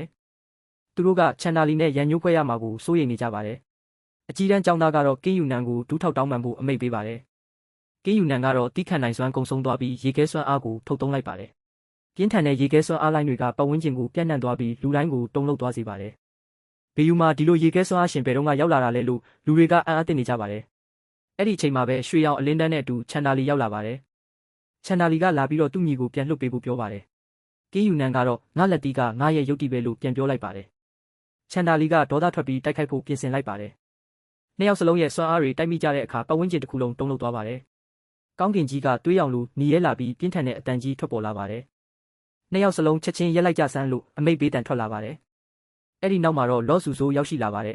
။သူ့ရဲ့စွမ်းအားကြောင့်ရေခဲတွေအားလုံးအရေးပျော်သွားပါတယ်။လော့ဆူဆိုးရဲ့ဂုံသတင်းကိုလူတိုင်းသိကြတဲ့အတွက်သူ့ရှေ့မှာဘယ်သူမှမယုံကန်ရဲကြတော့ပါဘူး။လော့ဆူဆိုးကသူတို့နှစ်ယောက်ထဲကဘယ်သူကပူတော်တယ်လဲဆိုတာကိုစမ်းသပ်ကြည့်ချင်နေပါတယ်။သူကနှစ်ယောက်စလုံးကိုအကဲဖြတ်ပွဲစတင်မှသာပြဿနာတွေကိုရှင်းကြဖို့တင်းတင်းကြပ်ကြပ်တတိပေးလိုက်ပါတယ်။လော့ဆူဆိုးကသူ့ရဲ့ပြင်းထန်တဲ့စွမ်းအားနဲ့ရေခဲတွေကိုတစ်ချက်တည်းနဲ့အရေးပျော်သွားစေပါတယ်။အေးခဲခံထားရတဲ့အကြီးတန်းကျောင်းသားကတော့မောပန်းပြီးတတိလစ်သွားပါတော့တယ်။ချန်နာလီကသူ့အကိုကိုထိန်းရင်းလော့ဆူဆိုးကိုကျေးဇူးတင်စကားပြောလိုက်ပါတယ်။ဒါပေမဲ့သူ့ရဲ့ဒေါသကတော့လျှော့မသွားပါဘူး။သူကကင်းကိုစိုက်ကြည့်ပြီးအကဲဖြတ်ပွဲမှာတွေ့မယ်လို့စိန်ခေါ်လိုက်ပါတယ်။ကင်းကတော့ဒီချင်းချောက်မှုကိုဂယုမစိုက်ပဲပြုံးပြလိုက်ပါတယ်။သူကချန်နာလီရဲ့စွမ်းအားကိုအကဲဖြတ်ကြည့်လိုက်တဲ့အခါအဆင့်300လောက်ရှိမယ်လို့ခန့်မှန်းမိလိုက်ပါတယ်။နောက်ထပ်အကြီးတန်းကျောင်းသားတစ်ယောက်ကလည်းကင်းကိုလာပြီးစော်ကားပါတယ်။သူကရှောင်းရန်စီမှာဒူးထောက်တောင်းပန်ဖို့ကင်းကိုအမိန့်ပေးပါတယ်။ကင်းကတော့သူ့ကိုအထင်သေးတဲ့အကြည့်နဲ့ပဲပြန်ကြည့်နေပါတယ်။ပတ်ဝန်းကျင်ကကျောင်းသားတွေကတော့ကင်းဟာအန္တရာယ်ကြီးတဲ့လူနှစ်ယောက်နဲ့ရန်ညိုးဖွဲ့မိပြီလို့ထင်မြင်နေကြပါတယ်။အဲ့ဒီနောက်မှာတော့အေးခဲတဲ့ခမ်းမထဲမှာလော့ဆူဆိုးနဲ့အရာရှိကြီးလော့ဟူတို့စကားပြောနေကြပါတယ်။လော့ဟူကဒီနှစ်မှာဘသူကအလားအလာကောင်းဆုံးလဲလို့မေးလိုက်ပါတယ်။လော့ဆူဆိုးကတော့ကင်းယူနန်ရဲ့နာမည်ကိုပဲချက်ချင်းစဉ်းစားမိလိုက်ပါတယ်။အကဲဖြတ်ပွဲစတင်ဖို့အရာရှိကစီးမြင်တွေကိုကြေညာလိုက်ပါတယ်။ပထမရတဲ့သူကအမှတ်90အပိုစုရမှာဖြစ်ပြီးတယောက်တည်းတိုက်ခိုက်တာမျိုးမလုပ်ဖို့တတိပေးလိုက်ပါတယ်။ကျောင်းသားအားလုံးကိုအမှတ်မှတ်သားနိုင်တဲ့လက်ပတ်တွေကိုပေးလိုက်ပါတယ်။ဒီလက်ပတ်ထဲမှာကျူးရှင်းကြောက်တုံးပါဝင်ပြီးအတန်းအစားပြောင်းလဲဖို့အတွက်အသုံးပြုနိုင်ပါတယ်။ကင်းကတော့ဒီလက်ပတ်ကိုကြည့်ပြီးပြုံးလိုက်ပါတယ်။သူကဒီအခွင့်အရေးကိုအသုံးချပြီးအတန်းအစား3ချိန်ထိပြောင်းဖို့စီစဉ်ထားပါတယ်။အကဲဖြတ်ပွဲစတင်တဲ့အခါချန်နာလီကကင်းကိုနောက်တစ်ကြိမ်ထပ်ချင်းချောက်ပါတယ် ကင်းကတော့ဘာမှပြန်မပြောဘဲပေါ်တဲ့ကိုဝင်ရောက်သွားပါတော့တယ်ကင်းယူနန်ကဒီအကဲဖြတ်ပွဲမှာထိတ်ဆုံးကနေရက်တီဖို့စိတ်ပိုင်းဖြတ်ထားပါတယ်သူ့ရဲ့ရည်ရွယ်ချက်ကတော့အဆင့်မြင့်ဆုံးဖြစ်အောင်လုပ်ပြီးအတန်းစားကိုထပ်မံပြောင်းလဲဖို့ပါပဲသူ့ရဲ့မျက်ဝန်းတွေထဲမှာတော့ပြတ်သားတဲ့အဋ္ဌံတွေနဲ့အောင်မြင်မယ်ဆိုတဲ့ယုံကြည်ချက်တွေအပြည့်ပါပဲသူပေါ်တဲ့ကိုဝင်ရောက်သွားတဲ့အခါမှာတော့အပြင်ဘက်ကစီရေးထိန်းချုပ်ခန်းထဲမှာလည်းအခြေအနေတွေကိုစောင့်ကြည့်နေကြပါတယ်အပြစ်ဆယ်ကဘာကြီးကတော့ပိုပြီးတော့တောင်အနေရများလာနေပါပြီကြီးမားတဲ့ဟိုလိုဂရမ်ဖန်သားပြင်တွေပေါ်မှာအချက်လက်တွေကတစ်စက္ကန့်မခြားပြောင်းလဲနေပါတယ်အဲ့ဒီမှာတော့အစ်စ်မြင့်အရာရှိတွေကစိတ်ပူပန်စွာနဲ့ပဲအခြေအနေကိုစောင့်ကြည့်နေကြတာပါဒီတစ်ခါတော့တကယ်ကိုထူးချွန်တဲ့ပါရမီရှင်တွေပေါ်ထွက်လာလိမ့်မယ်လို့သူတို့ယုံကြည်နေကြပါတယ်အဲ့ဒီအချိန်မှာပဲကင်းယူနန်ကတော့ဒန်ဂျန်ထဲမှာသူ့ရဲ့စစ်မှန်တဲ့စွမ်းအားတွေကိုပြသနေပါပြီသူရှိမှာတော့ရွှေရောင်ဥချိုတွေနဲ့နီးရဲတဲ့မျက်လုံးတွေပိုင်ဆိုင်ထားတဲ့အေယာမကြားတကောင်ပေါ်လာပါတယ်ဒါပေမဲ့ကင်းကတယောက်တည်းမဟုတ်ပါဘူးသူကသူ့ရဲ့မော်စွမ်းအားတွေနဲ့အသေးကောင်တက်မတော်ကိုဆင့်ခေါ်လိုက်ပါတယ်ကင်းရဲ့အမိတ်ပေးချက်နဲ့အတူအသေးကောင်တွေကကြားစီကိုအလူရက်ပြေးဝင်သွားကြပါတယ်ကြားကတော့အော်ဟစ်ပြီးပြန်တိုက်ခိုက်ပေမဲ့ကင်းရဲ့တက်မတော်ရှိမှာတော့ဘာမှလုပ်လို့မရတော့ပါဘူးကြားကိုအနိုင်ယူလိုက်တဲ့အခါမှာတော့စနစ်ရဲ့သတင်းပေါက်ကဖော်ပြလာပါတယ်ကင်းယူနန်အဆင့်30ကိုရောက်ရှိသွားပါပြီအခုဆိုရင်သူအစွမ်းထက်တဲ့အတန်းစားပြောင်းလဲခြင်းကိုလှုပ်ဆောင်နိုင်ပါပြီကင်းရဲ့အတန်းစားပြောင်းလဲမှုနဲ့အတူကောင်းကင်ကြီးတစ်ခုလုံးကခရမ်းရောင်တိမ်တိုက်တွေနဲ့ဖုံးလွှမ်းသွားပါတယ်မိုးကြိုးတွေကတကြိမ်ကြိမ်နဲ့ပြစ်လွတ်နေပြီးအနီးနားကကြောက်တုံးတွေတောင်လေထဲမှာလွင့်ပြန်လာပါတယ်ဒီမြင်ကွင်းကိုမြင်လိုက်ရတဲ့ချန်နာလီကတော့ဒေါသတကြီးနဲ့ကင်းကိုကြည့်နေပါတယ်သူကတော့အဆင့်38ကိုရောက်နေပြီဖြစ်လို့ကင်းရဲ့စွမ်းအားကိုတိတ်ပြီးဂရုမစိုက်ပါဘူးသူကကင်းကိုအနိုင်ယူပြီးဒုက္ခပေးဖို့အတွက်အသင့်ပြင်လိုက်ပါတယ်ဒါပေမဲ့စစ်ရေးထိန်းချုပ်ခန်းထဲကအရာရှိကြီးကတော့ဒါဟာ SSS အဆင့်အတန်းစားပြောင်းလဲခြင်းဖြစ်မှန်သိသွားပါပြီစစ်ရေးထိန်းချုပ်ခန်းထဲကအရာရှိတွေကချန်ဒါလီရဲ့ပြစ်မှတ်ဖြစ်တဲ့မိုက်တီဘဂျရာဘဲယာအကြောင်းကိုစိုးရိမ်တကြီးဆွေးနွေးနေကြပါတယ်ခရမ်းရောင်မိုးကြိုးတန်းကြီးကကင်းရဲ့ခန္ဓာကိုယ်ထဲကိုစီးဝင်သွားပါတယ်စနစ်ကနေပြီးပတ်ပဲစကိုင်းတန်တာကွန်ထရိုထရက်ဆိုတဲ့ SSS အဆင့်ကျွမ်းကျင်မှုကိုတင်ယူပြီးကြောင်းကြေညာပါတယ်ကင်းကသူ့ရဲ့စနစ်အမှတ်တွေကိုအသုံးပြုပြီးဒီကျွမ်းကျင်မှုကိုအဆင့်60ကိုအထိမြင့်တင်လိုက်ပါတယ်ဒီစွမ်းအားကြောင့်တိုက်ခိုက်မှုထိခိုက်ဒဏ်ရာက9000ရာခိုင်နှုန်းအထိတိုးတက်သွားပါတယ်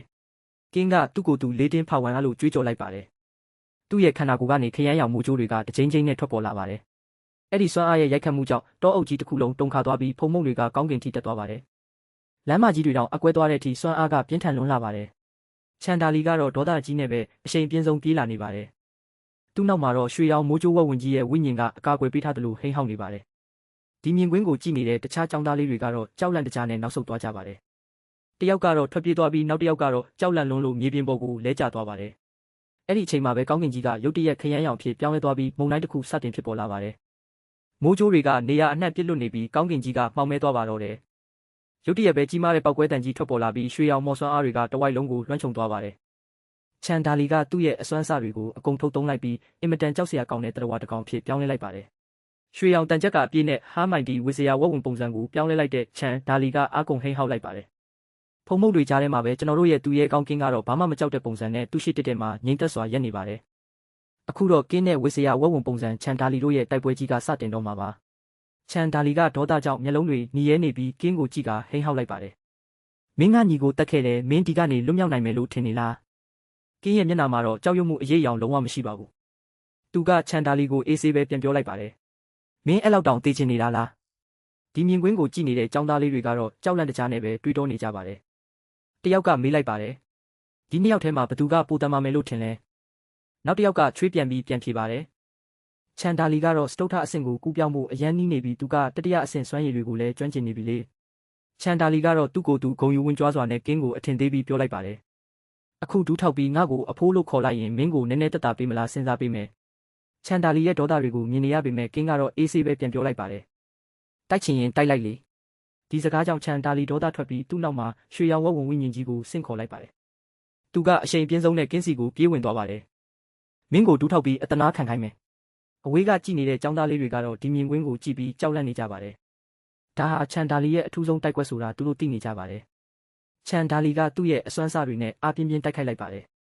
ဒါပေမဲ့နောက်တစ်စက္ကန့်မှာပဲကင်းကမိုးကြိုးအရှိန်နဲ့ပျောက်ကွယ်သွားပါတယ်ကင်းကတော့ဘာမှမဖြစ်တဲ့ပုံစံနဲ့တစ်ဖက်မှာငြိမ်သက်စွာရပ်နေပါတယ်သူ့ပတ်လည်မှာတော့ခရမ်းရောင်မိုးကြိုးတွေကတစ်ဖြက်ဖြက်လက်နေပါတယ်